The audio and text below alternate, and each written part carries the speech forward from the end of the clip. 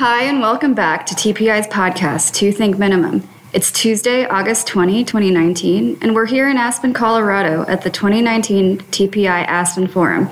I'm Sarah O., Senior Fellow at the Technology Policy Institute. Today, we're excited to talk with Dimitri Sirota, CEO and co-founder of BigID.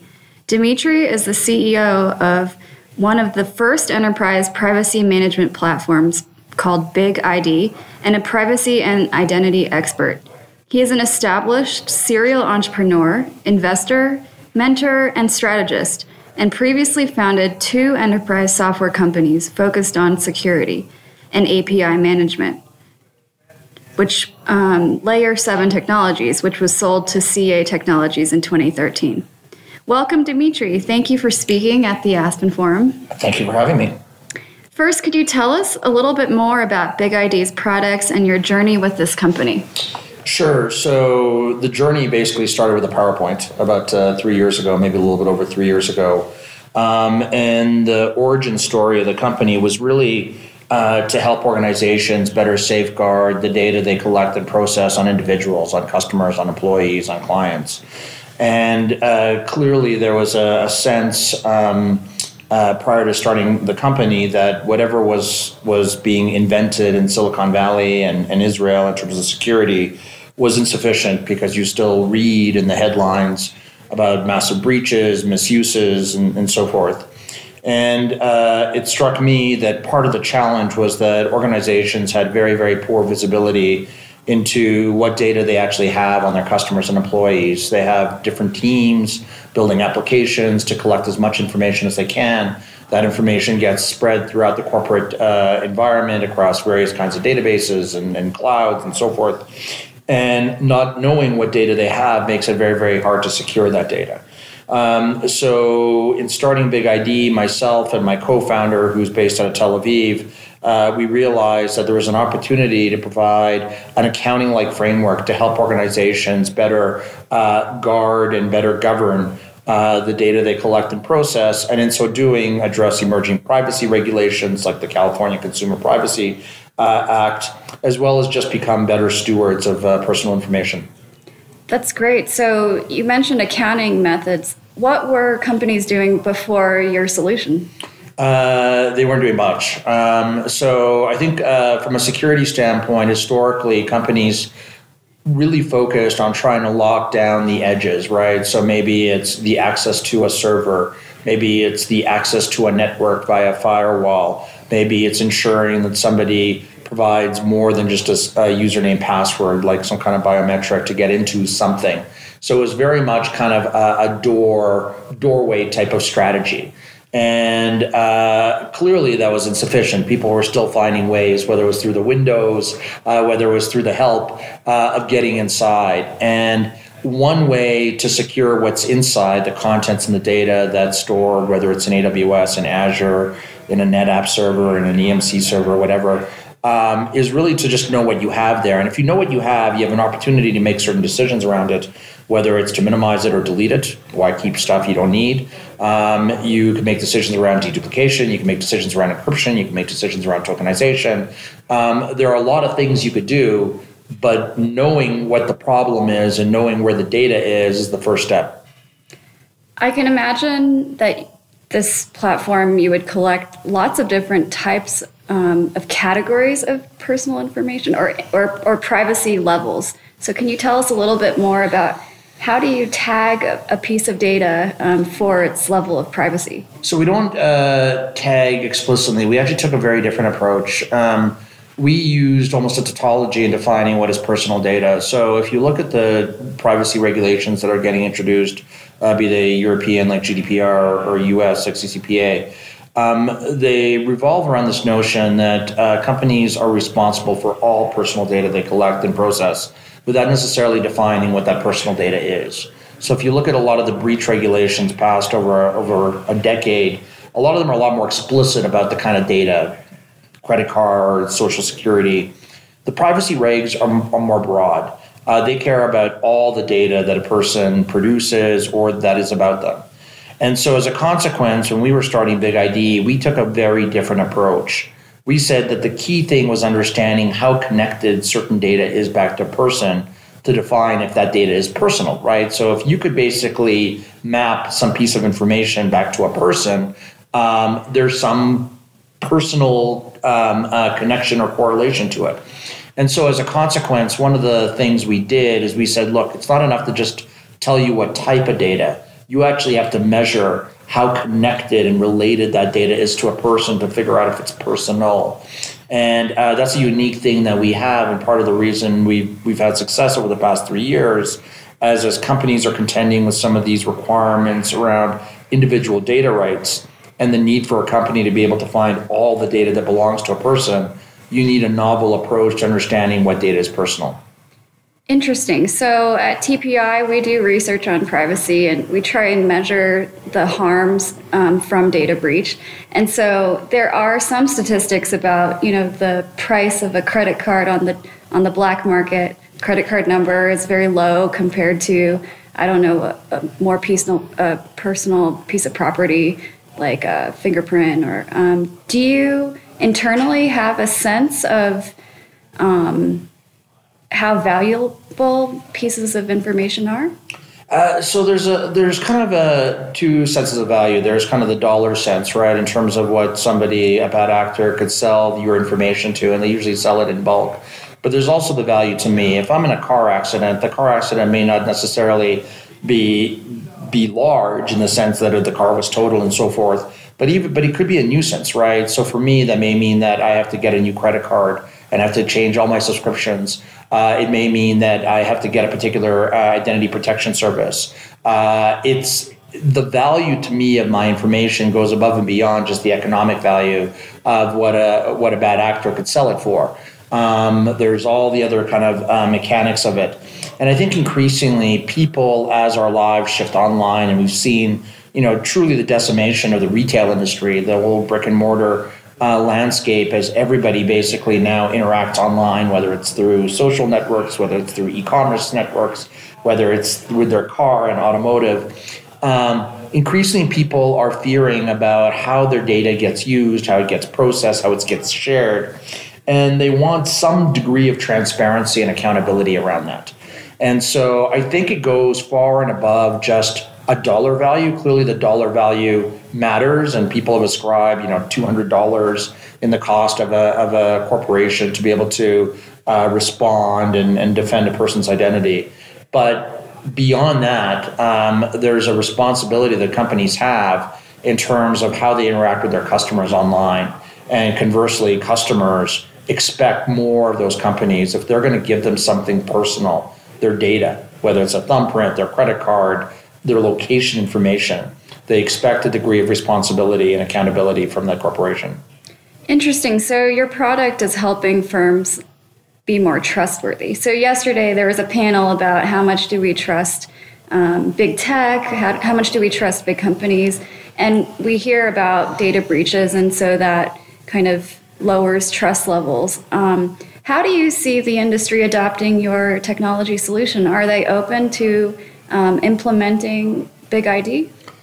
Yeah, so obviously the fact that we've grown from 2 people 3 years ago, I think we're approaching 150 now, and we've raised in excess of $100 million. So, and that's a reflection of the fact that there's been some adoption now. Is every corporation using our product? Not yet, maybe in another 5-6 years. But certainly I think we've had and experienced above average growth. And I think that's just a reflection that with more of these regulations emerging, CCPA and GDPR being the most notable, but certainly there's draft bills across, I think, 14 or 15 U.S. states. There's now 135 countries that have some form of legislation or bill around privacy. It's becoming increasingly critical that companies think about privacy as a first-order problem. And I'm going to give you some analogies of where you've seen this kind of occurrence for what we do in data in prior kind of environments. So even 100 years ago, prior to the advent of any computer in the 1920s, there were issues around transparency and accountability in financial transactions. And so a whole firmament of regulations and standards were established in terms of how companies need to be able to record and report on, what money comes in, what money goes out, right? So this is kind of from 1920 on. And in a similar vein, if you think about data as the new currency, to date, there really hasn't been any form of accountability. You don't really know what data goes in, you don't really know what data goes out, and how the data gets used in between. And so you're seeing an increasing pressure for that. Now, again, we also witnessed some of this with e-commerce. It took time for people to trust their websites. But to get there, we had to implement things like SSL. We had to implement certain standards and certifications around websites. We had to introduce things like PCI to give people assurances that the credit cards are going to be protected. And now, again, as more of our daily experience shifts online, I think you're seeing that same amount of emphasis placed on your data more broadly. I think it's really interesting. I haven't heard this take of the accounting framework. So we have like GAAP accounting, and so that's kind of a standardized way that companies can record on the books what assets they have. It sounds like that's how you're thinking about data? It is, because I think data is what fuels value to a company, right? The most important asset a company has today is not the physical store where Barney's, which has just, I think, declared bankruptcy again. It's not the physical NetApp server, which sounds kind of ridiculous. It's not your mobile phone. It's the data. It's the ephemeral information about your customers, your clients, your intellectual property. Those are the things that are of value. And yet we have asset management and asset tracking for mobile phones, for laptops, for physical servers that are bolted down to the data center, and yet not for data. And if data is truly the kind of unit and currency of business today, of modern online digital business, it would make sense that we have some means of recording and accounting for that business. And yet it hadn't really existed. I think the regulations like CCPA and GDPR are attempting to think about data as that new kind of unit of currency for the digital economy, and introducing types of accounting controls. And I'm going to give you an example that's very relevant to data, and I think it's an important one, and it kind of speaks to the run on the banks that you had in the before GAAP and so forth. So in the end of the day, if you go to a bank and deposit a check, you have confidence that bank is going to be an effective steward, that they're not going to take that money and do what they please and have no accounting system to know that it belongs to you and so forth, and that anytime you want to be able to take it out from an ATM or through some other payment means, that it's available to you. And yet for data, that doesn't exist, right? You deposit information to companies all the time in the background. Your apps are running in the background. You get into a modern car, it's connected to the cloud. You walk into your house, Siri says hello, maybe Google Echoes or Google Assistant says hello, maybe Echo says hello. So you're surrounded by information that you're giving over, and yet there hasn't really been any form of accounting in the corporation. And I think that's led to situations where there's been bad outcomes, like in healthcare in terms of breaches. And so I think that is one of the things, that's the big idea, if you will, of BigID, is that if you institute proper controls and accounting, you're going to be able to be more accountable to your customer and provide greater transparency, greater value, and ultimately greater security. Yeah, this is actually really fascinating to me, because yesterday on the productivity panel, we were talking about how our economy is moving towards intangibles. So one reason why economic data is not showing productivity growth, some say, is because the value of our assets is derived from intangibles that are not well measured in GAAP or on the books. And I didn't know, but I guess your approach is to treat data as different types of assets. So maybe this is beyond your product platform or why companies use your product for privacy compliance. But do you see emerging ways that companies think about their data in terms of like depreciation? Is old data less valuable to them, or are bundles of data more valuable? Is that something that your platform helps companies look at? Yeah, there's two sides to that question. I think one is risk and one is value. And I'm going to give you an example. So obviously, we help companies meet certain obligations that they have under CCPA and GDPR. I'm going to give you one example that's common to both privacy regs and really what I believe is kind of the essence of the emerging privacy use cases, which is that every individual has a legal right to their data. In Europe, they regard it as a human right. I would argue that in the US, they regard it as a property right. But what they share in common is that individuals have a right to access, in some instances, a right to erasure or deletion, a right to portability. But this notion that just because I gave you my data, I'm still allowed to get it back. Now, that requires a complete rethink from an organizational standpoint, because companies historically just collect all this stuff. They may put it in a big data warehouse and then run analytics on it. But they never really try and keep track of it. They never really try and figure out, which data belong to Dimitri, which data belong to, whomever else. And so now they have to all of a sudden account for it, and not just by type of data, but by the association or attribution to a person. So that's a complete rethink. So that's kind of one of the things that BigID helps with. But flip it around. So if you're able to all of a sudden account for what data you've collected on Dimitri across your AWS, across your Azure, across your Google Compute, across your SAP, across your Salesforce, across your Workday, across your NetApp file shares, across your Teradata, Snowflake, et cetera. There's all these places you could kind of bolt hole or rat hole data nowadays. If you're able to do that, what else are you able to do? All of a sudden, you have a picture of that person. You know how you've interacted with that person across your lines of business, maybe across your geographies. That's incredibly valuable. You also may know that I have data that I haven't touched or accessed in ages. I've collected it maybe 8 years ago, and it's not healthcare data, it's not financial data. Maybe I don't need to keep that data. Maybe there's an opportunity for me to back it up to the cloud. Maybe there's an opportunity for me to delete it.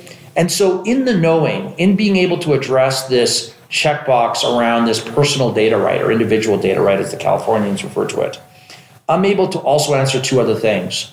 How risky is my data based on what it is, where it is, whose it is?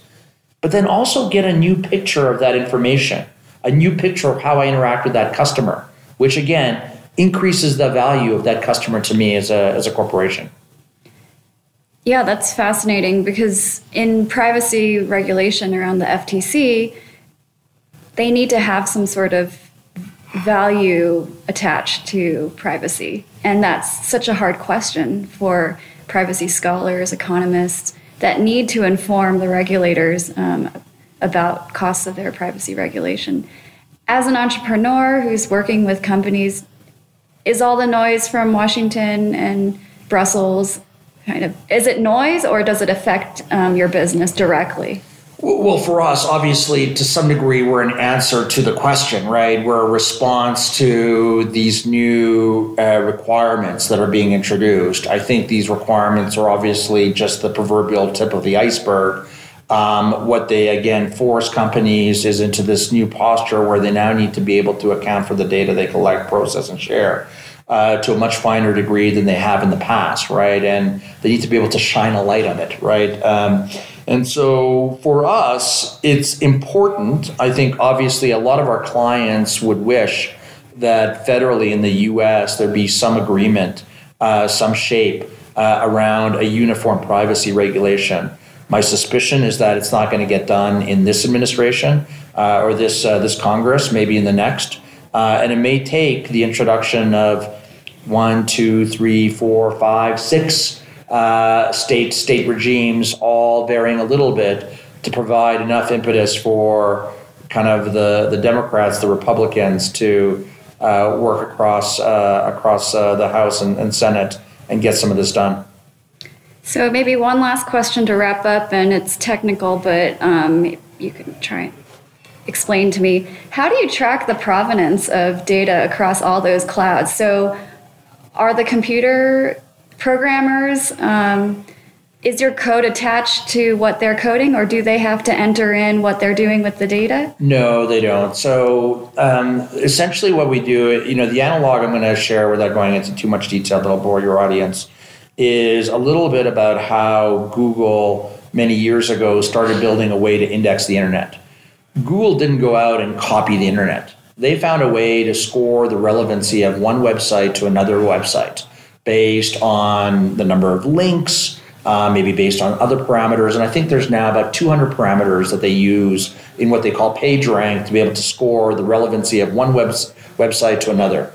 In a similar way, what we're actually doing behind the scenes is building a graph or a relationship map showing how connected this little piece of data, maybe in this file, is connected to this piece of data in a server, which is connected to this data in a data lake, connected to. And so that graph resides kind of in the product, but it's just a graph. It's just a relationship map. It's not actually a copy of the data. The data stays wherever your developers and engineers decided they wanted it, wherever it's performing the function that it needs to perform.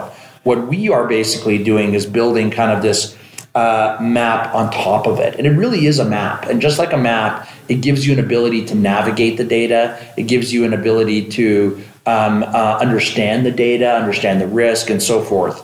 But the map is kind of separate from the geographic locations. And so in so doing, we're able to build organizations and inventory of this asset, this critical asset, whether it's in an unstructured file, in a relational database, in a Hadoop cluster, whatever that is. And again, help them navigate them and help them answer not only these critical privacy questions like what data am I sharing with a third party and do I have the appropriate consent, or what data do I have on this individual and how do I report that back to that individual. But we're also able to give them insight, intelligence, what we actually call data intelligence around this asset, which we would argue could be either the most toxic thing that they collect or the most valuable thing. And hopefully, with some of the innovations we've introduced, we can make this asset far less toxic and far more valuable. Interesting. So I guess one final follow-up. It sounds like large enterprise companies can afford to have a privacy group and compliance to maybe collect that map. What about small startups that are just, spinning up a database, or do they need to update a map, or does your software automatically collect that data? So they need to be a customer of BigID, but yeah, the software itself, it's not a manual. We're trying to replace manual efforts, right? And I'm going to use another example from kind of the archive, Sarbanes-Oxley. When Sarbanes was introduced in 2006 to provide greater visibility into what controls people had over who touches and accesses data and systems, it was all done manually. You'd hire one of the big four firms. They'd come in, they'd interview people, they'd provide kind of an audit report and then kind of a spreadsheet as a work product. Fast forward maybe 12 years, you now have an industry called the identity and access industry, which spans a lot of branching, small branches, just like you had in a kind of a hominid, kind of a human history map of things like authentication or single sign-on. And really what those technologies were introduced to do is to automate this problem of being able to report and control who has access to what data or what application. In a similar vein, if you look at companies like BigID, we're really trying to automate what today is largely a manual process. Today, the way it works is you would hire a big four or one of the other kind of outsourcers. They come in, they interview people, they ask them, where did you put your data? How are you using their data? And they basically generate a work product, which would be a Visio with some directionality for each data process and a kind of a spreadsheet with an inventory. Clearly, that's not very efficient in terms of time and effort. Clearly, it's not very detailed. People don't have recollections of where they put Dimitri's data. And the other thing is, at the end of the day, relying on recollections over records is not accurate. You're not going to get good outcomes if it's not truly reflective of what you're trying to protect and safeguard. So what we're doing is we're adding automation. We're providing a way for companies to do this in the background. And we believe that, again, in 10 years, 12 years' time, this will be as natural as having accounting software. When accounting software was first introduced, or accounting methodologies, it may have been a burden. People are going, it's a new process that we have to follow, and it's going to require new people. But today, I think you'd be hard-pressed to find any company that views their accounting software as a cost burden. It's really a way for them to manage their business.